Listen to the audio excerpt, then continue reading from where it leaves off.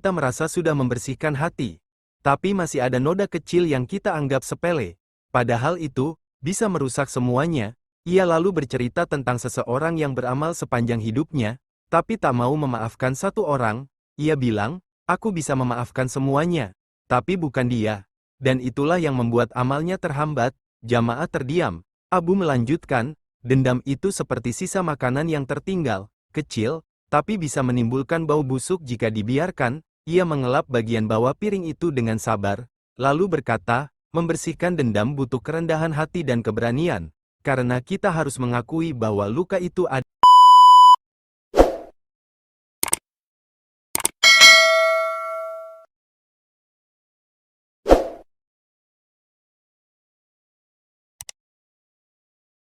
Pagi itu suasana masjid masih sepi, hanya beberapa orang tua yang duduk bersandar di tiang, mengusap tasbih pelan. Tiba-tiba, Abu Nawas muncul membawa sesuatu yang tak biasa, sepiring nasi dengan lauk sederhana, tapi yang paling mencolok adalah kondisi piring itu, kotor, berminyak, ada bekas saus yang mengering di sisi pinggir, sisa nasi menempel, dan bahkan ada tulang ikan yang belum dibuang. Orang-orang menatap heran, beberapa mencium bau tak sedap.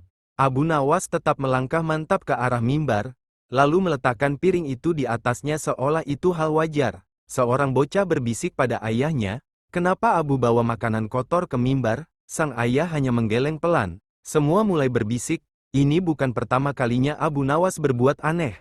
Tapi kali ini, piring kotor di tempat suci, terasa terlalu jauh. Beberapa tampak ingin menegurnya, tapi masih menunggu apa yang akan ia lakukan. Sesuatu pasti sedang ia rencanakan. Seorang lelaki parubaya, seorang guru yang dikenal bijak di lingkungannya, akhirnya berdiri dan mendekat. Abu Nawas, katanya dengan nada tegas tapi sopan, ini masjid, bukan dapur umum. Apa pantas membawa piring sekotor itu ke tempat yang suci? Abu Nawas hanya tersenyum, matanya tajam penuh makna. Tenang, aku tak membawa makanan untuk dimakan, tapi untuk ditunjukkan. Lelaki itu terdiam. Jawaban itu aneh, seperti biasa, tapi mengandung misteri yang membuat orang ingin tahu lebih lanjut. Jamaah yang lain mulai berdatangan, penasaran melihat kegaduhan kecil itu. Mereka berdiri di barisan saf pertama, memandangi piring itu seperti sedang menyaksikan sebuah pertunjukan. Seorang remaja nyeletuk, mungkin dia mau makan siang sambil ceramah.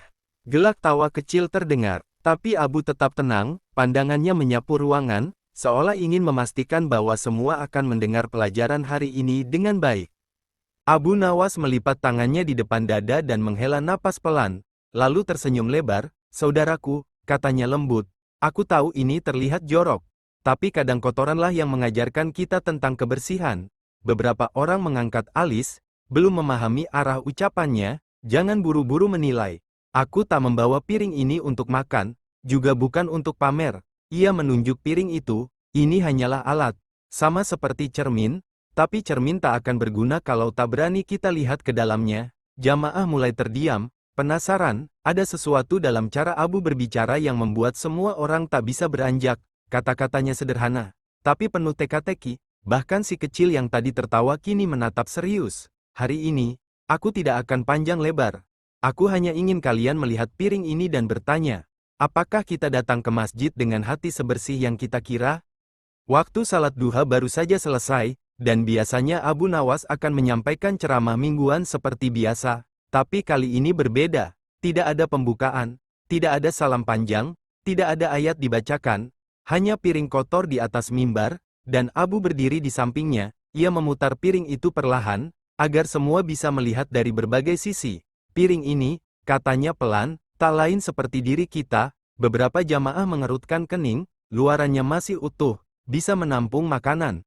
Tapi lihat isinya, sisa-sisa dosa, amarah, dengki, malas, sombong, masih tertempel kuat. Ia mengangkat piring itu ke atas, menunjukkannya pada seluruh ruangan. Kita kadang rajin salat, puasa, sedekah, tapi hati yang membawa semua itu, sudah kita cuci dulu belum? Kalimat itu menusuk, tak sedikit yang menunduk. Mereka sadar, ceramah ini tidak biasa. Tapi justru karena itulah, lebih dalam terasa. Abu lalu duduk bersila di depan mimbar, meletakkan piring itu di tengah lingkaran jamaah. Ia menunjuknya, lalu bertanya, kalau kalian diundang ke rumah seseorang yang kalian hormati, lalu disuguhi makanan lezat. Tapi di atas piring seperti ini, berminyak, bau, kotor, apakah kalian akan makan?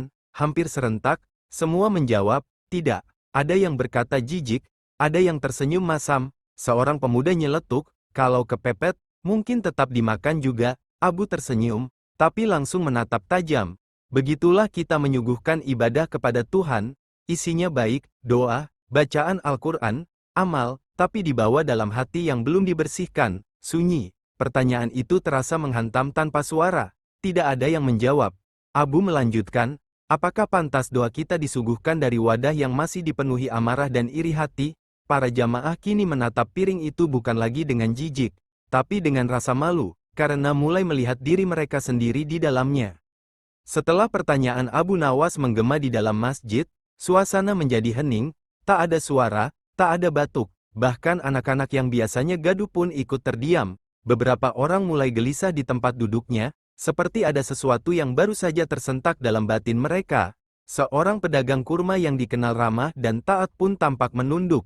Ia sadar bahwa selama ini, ia rajin salat tapi masih suka merendahkan saingan usahanya. Seorang guru mengaji merasa malu karena sering merasa lebih suci dibanding murid-muridnya.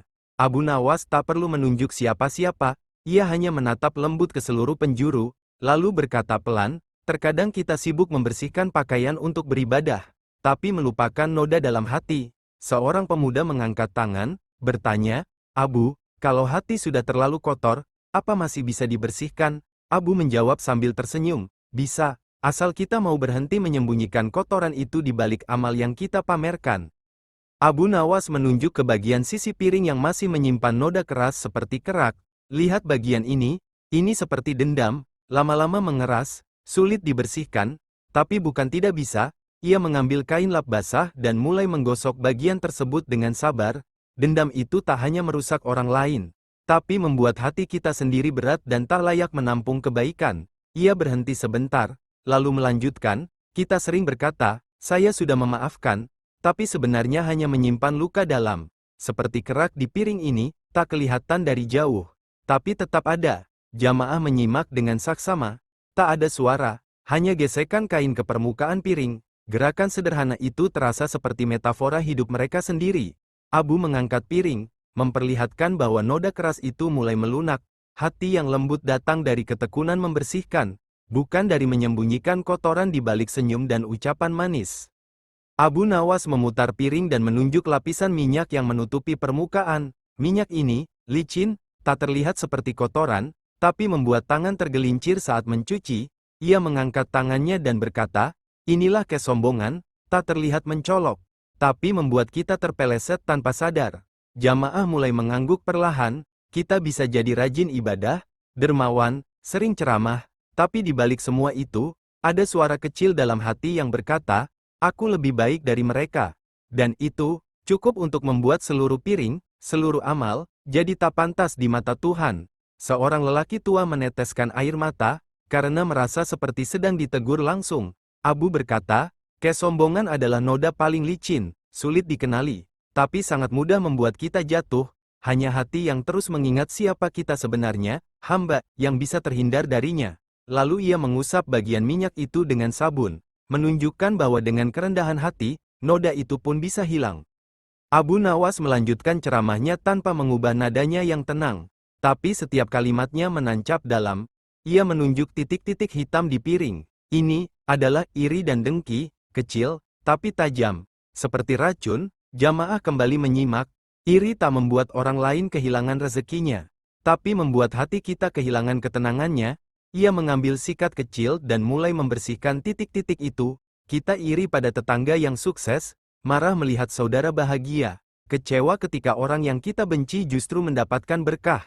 Tanpa sadar, kita lupa bahwa rezeki datang dari Allah, bukan dari perbandingan. Seorang remaja menangis pelan, karena teringat bagaimana ia pernah iri terhadap sahabatnya yang lebih disayang gurunya. Abu tersenyum lembut, lalu berkata, membersihkan iri seperti membersihkan titik-titik ini, perlu ketelitian, kesabaran, dan kejujuran untuk mengakui bahwa kita sedang kotor. Ia berhenti sejenak, lalu menutup, hati yang dipenuhi iri tak akan pernah tenang, walau dikelilingi dunia.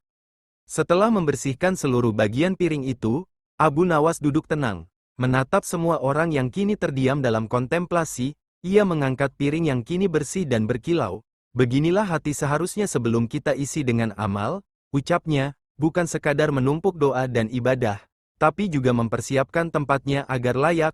Seorang anak kecil di sudut masjid bertanya polos, "Abu, hati bisa dicuci pakai sabun juga, ya?" Semua tertawa kecil, lalu Abu menjawab sambil mengelus kepala anak itu, "Bukan sabun biasa, tapi sabun bernama taubat, istighfar, sabar, dan ikhlas." Ia lalu menoleh pada jamaah, "Kita semua mencuci badan sebelum salat, tapi kapan terakhir kita mencuci hati sebelum berdoa?" Kalimat itu menggema di dalam dada. Abu meletakkan piring bersih di tengah masjid.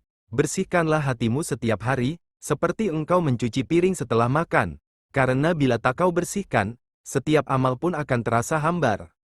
Abu Nawas kini mengangkat piring yang sudah benar-benar bersih. Ia memutar-mutarnya di bawah cahaya matahari pagi yang masuk lewat jendela masjid. Cahaya memantul, membuat kilau keperakan memancar dari permukaan piring. Semua jamaah menatap piring itu, dan untuk sesaat melupakan bahwa tadi mereka jijik melihatnya. "Lihat," kata Abu, "piring ini dulunya kotor, bau, jijik. Tapi sekarang, kalian bahkan bisa melihat wajah sendiri di dalamnya." Beberapa orang mulai mengangguk, dan seorang bocah bahkan mendekat, mencoba melihat bayangannya. "Begitu pula hati," lanjut Abu. "Ketika dibersihkan, ia bisa memantulkan cahaya kebenaran.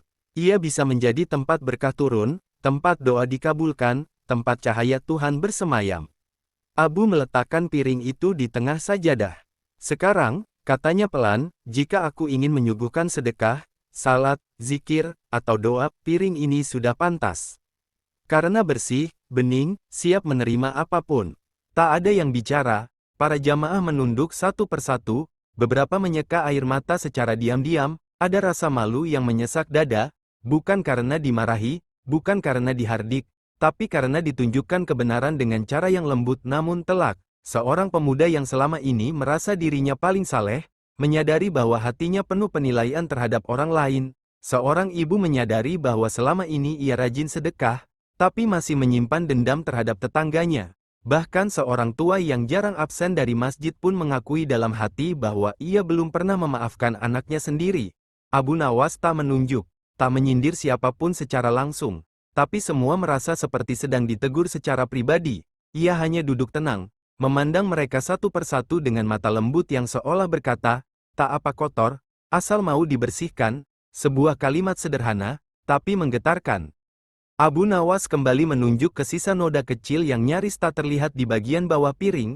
Ia berkata, "Terkadang kita merasa sudah membersihkan hati, tapi masih ada noda kecil yang kita anggap sepele. Padahal itu bisa merusak semuanya." Ia lalu bercerita tentang seseorang yang beramal sepanjang hidupnya, tapi tak mau memaafkan satu orang. Ia bilang, "Aku bisa memaafkan semuanya, tapi bukan dia." Dan itulah yang membuat amalnya terhambat. Jamaah terdiam.